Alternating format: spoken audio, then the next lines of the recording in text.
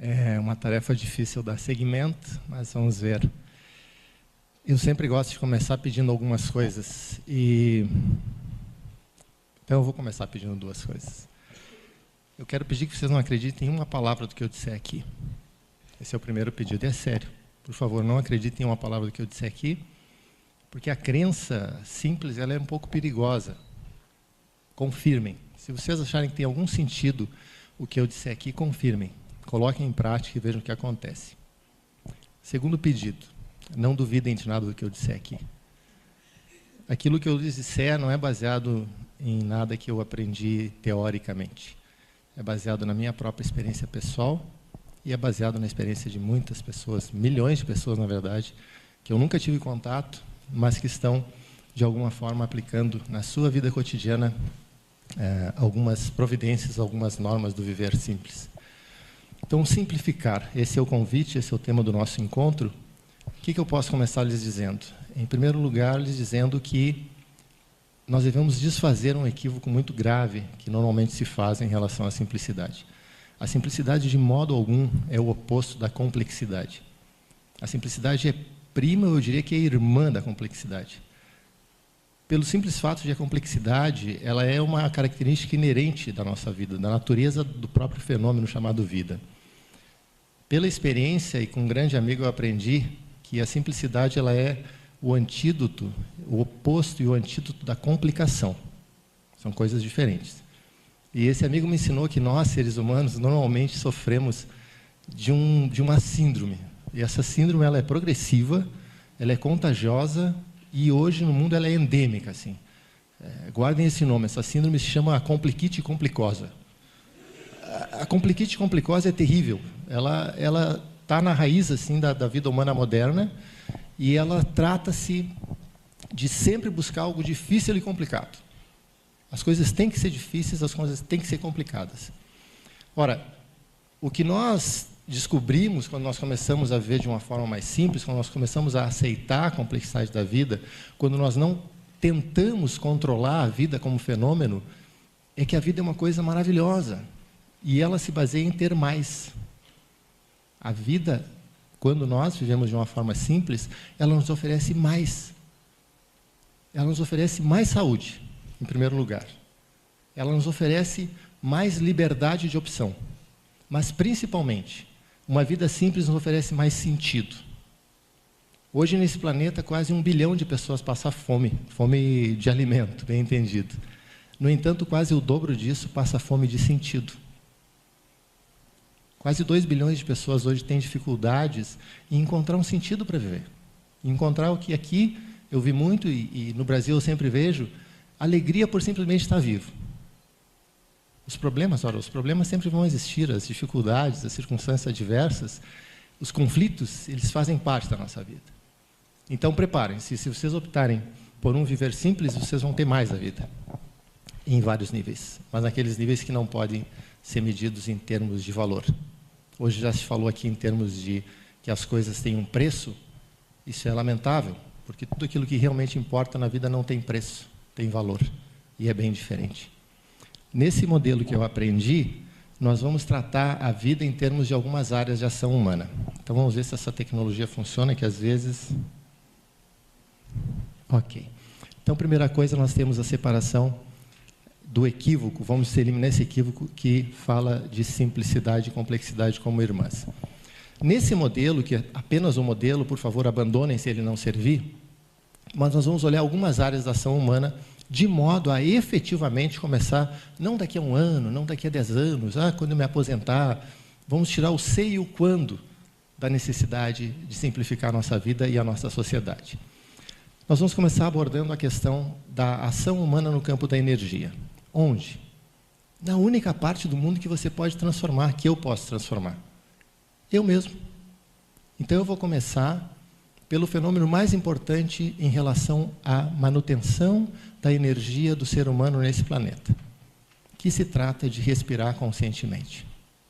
Por favor, respirem fundo uma vez.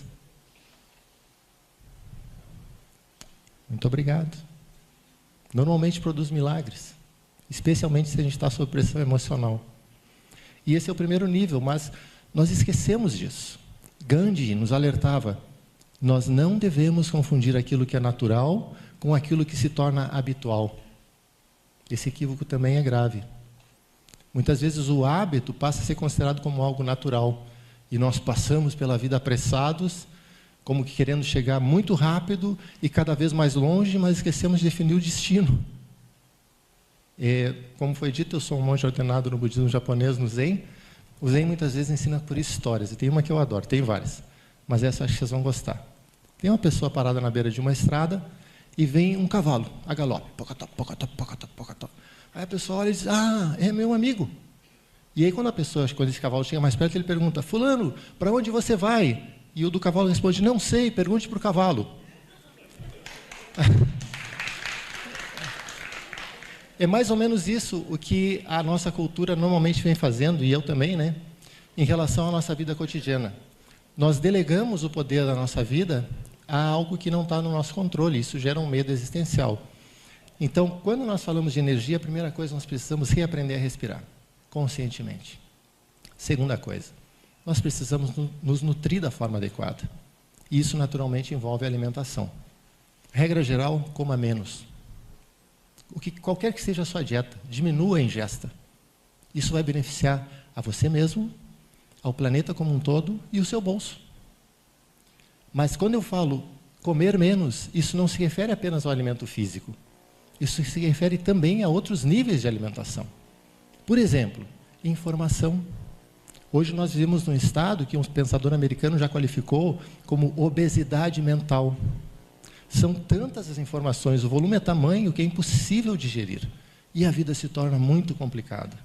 Porque nós temos informações normalmente muito negativas, de muito longe, de todo o planeta, na verdade, porque hoje é uma aldeia global. E nós não vemos o que de bom está acontecendo aqui mesmo, aqui do ladinho. Então, a gestão da energia, ela passa por coisas muito cotidianas. E esse é apenas um nível. Vamos em frente? Movimento. Regra geral, faça. Se vocês olharem o corpo humano, metade é constituído de pernas. Nós somos projetados para nos mover, de preferência caminhando. E, muitas vezes, nós trocamos as pernas por rodas. Bicicleta até vai lá, mas quando são 4 rodas, aí é complicado. Então, quanto mais movimento nós fizermos, melhor.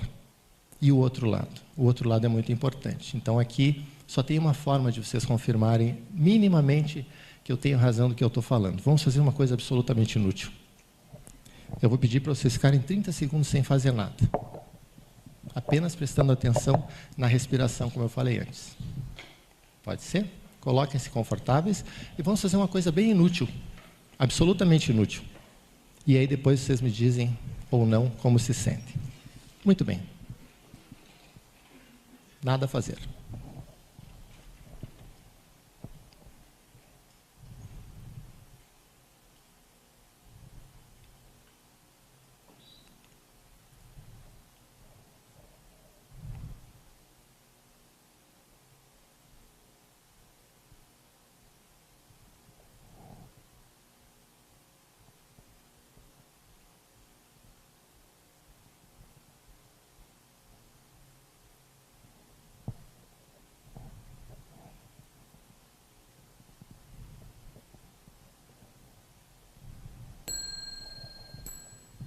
Obrigado. Pausas são parte da vida. Elas são uma consequência natural do ato de viver. Até o nosso coração faz pausas. A natureza faz pausas. Mas a nossa cultura criou essa complicação que a gente tem que estar sempre em movimento, sempre fazer algo. Nada na natureza funciona assim. E não é que nós façamos parte da natureza. Nós somos a própria natureza. E quando nós nos desarmonizamos com esse ritmo, a nossa vida se torna imensamente complicada. Cultura e educação. Isso já foi muito falado aqui. Eu só queria lhes chamar a atenção para uma coisa. Nós vivemos numa monocultura. Uma monocultura que, como vocês devem saber, tem uma ciência como primaz. E essa ciência se chama economia. E hoje não é ofensa chamar alguém de desonesto, mas é uma enorme ofensa chamar alguém de mal-sucedido financeiramente. Eu não entendo muito bem isso. Talvez por conta disso, se a gente for buscar nas raízes das pessoas, dos pensadores que estruturaram essa visão de mundo, nós vamos encontrar no filósofo Thoreau, ele diz: a grande maioria da humanidade vive em silencioso desespero. E quando isso assume o ar de resignação, então o desespero já é crônico. Silencioso desespero.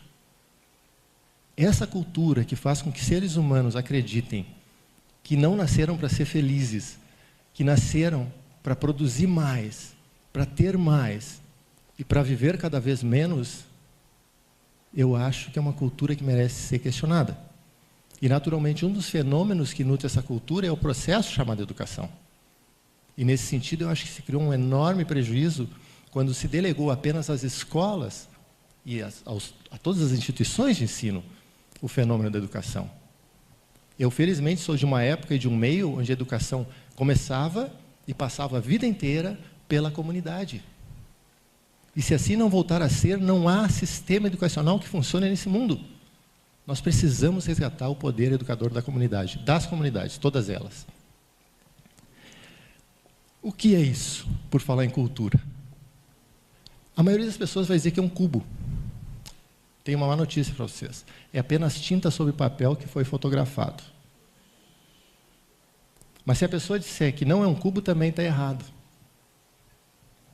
Esse é um fenômeno cultural. É um cubo, mas não é um cubo. Enquanto nós não desenvolvemos essa possibilidade de ver que existem duas possibilidades de visão de um mesmo fenômeno, nós vamos ficar criando barreiras, criando divisões. E a nossa realidade nesse planeta vai estar muito complicada. Porque nós temos muitos pontos de vista. E o diálogo, se possível, ele sempre se baseia em que o outro tem uma visão tão válida quanto a minha da verdade quanto eu. E eu não preciso concordar com alguém para respeitar. Eu respeito, mas não concordo, está muito bem.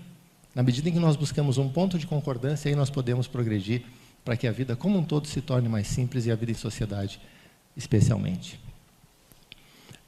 Para que isso se instrumente, nós precisamos observar os fenômenos da comunicação. Eu aprecio muito uma visão que traz a possibilidade de que a verdadeira violência começa nos fenômenos comunicacionais. Quando eu tenho necessidades e elas não são atendidas, eu vou fazer uma tentativa desesperada de atendê-las por um ato de violência. E isso pode ser instrumentado nas pessoas, principalmente através de um elemento da cultura, que também é da educação, que se chama arte. Nós precisamos, como sociedade, como pessoas, investir mais na arte. Qualquer arte. Mas a arte nos leva para além dessa limitação que tudo pode ser explicado, que tudo nesse mundo é linear, e que apenas a cultura cognitiva, intelectual, racional pode beneficiar o ser humano. Também nesse nível nós precisamos nos entregar um pouco e perder o controle e apenas viver uma experiência estética, não ascética, de abrir mão de coisas. Lembrem, a vida simples não nos pede para abrir mão de coisas, pede para desejar mais qualidade.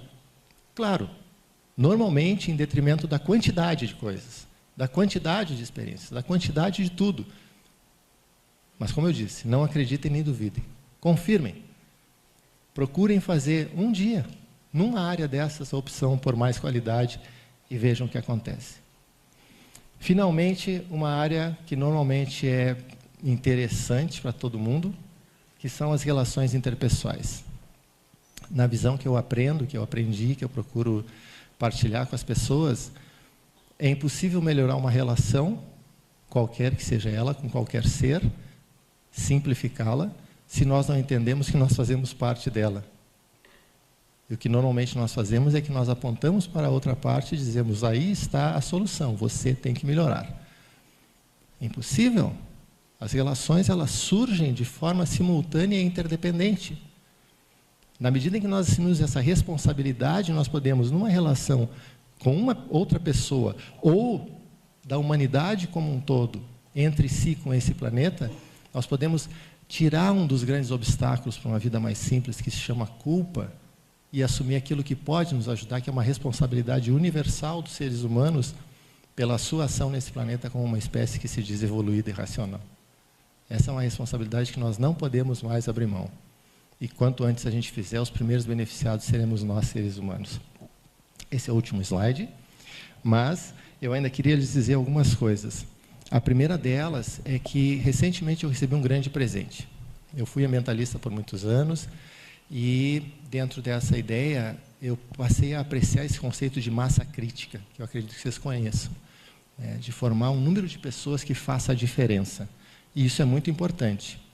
Nós precisamos investir nisso. Aqui, esse é um evento onde vai se formar uma massa crítica importante de pessoas que vão transformar as suas comunidades de alguma forma. Mas, de nada isso vai servir, essa massa crítica formada, se nós não tivermos um fermento crítico. Porque quem faz pão sabe. A massa pode ser ótima. O fermento faz a diferença. Cada um de nós, cada um que se comprometa de alguma forma com uma qualidade de vida efetiva, que não tem nada a ver com condição de vida. A pessoa que se compromete no sentido de realmente assumir a sua vida, examiná-la e fazer mudanças significativas no termo da qualidade, essa pessoa é o fermento crítico desse planeta. E não se preocupem com coisas grandiosas. O importante é dar pequenos passos, mas com uma motivação grandiosa. Aqui nós tivemos vários exemplos de pessoas que mostraram isso. Na medida em que nós temos uma motivação grandiosa, não importa o tamanho da obra, ela vai inspirar, ela vai transformar a realidade onde nós estamos e muito além, onde nós não percebemos.